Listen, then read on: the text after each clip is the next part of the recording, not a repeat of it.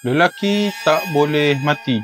Grigori Rasputin adalah seorang tokoh misteri dan penuh kontroversi di dalam sejarah Rusia. Beliau sering digelar sebagai biksu gila ataupun The Mad Monk.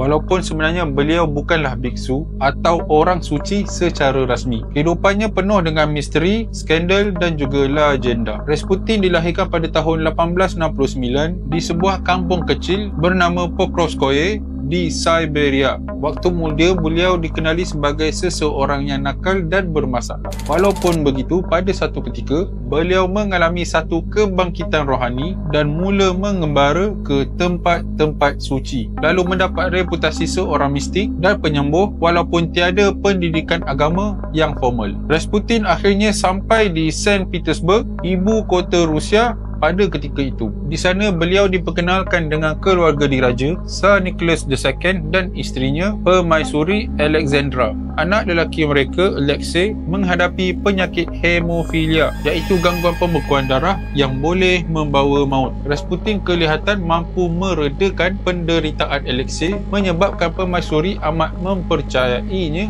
dan bergantung kepadanya. Walaupun semakin berpengaruh, ramai golongan bangsawan dan pemimpin gereja tidak mempercayai Rasputin. Beliau terkenal dengan gaya hidup liar, termasuk dakwaan minum arak yang berlebihan dan hubungan tidak bermoral. Ramai rakyat yang terkejut kerana seseorang yang macam tu boleh menjadi penasihat rapat kepada keluarga diraja. Ada juga yang percaya beliau mempengaruhi keputusan raja, terutamanya semasa Perang Dunia Pertama. Menjelang tahun 1916, Rasputin telah pun mempunyai ramai musuh. Sekumpulan bangsawan yang merasakan pengaruhnya merosakkan institusi diraja, merancang untuk membunuhnya. Kisah kematiannya sangat terkenal. Kononnya beliau diracun, ditembak beberapa kali dan akhirnya mati lemas. Walaupun butiran ini masih lagi diperdebatkan, jelas bahawa beliau sukar dibunuh dan ini menambahkan lagi aura misteri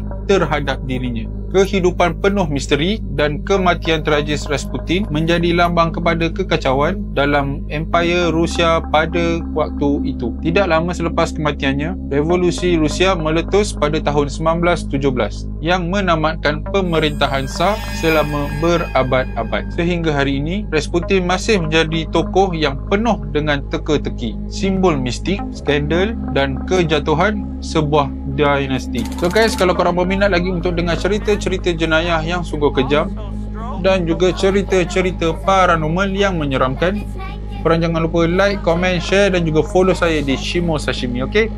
Assalamualaikum. No more restless invitations.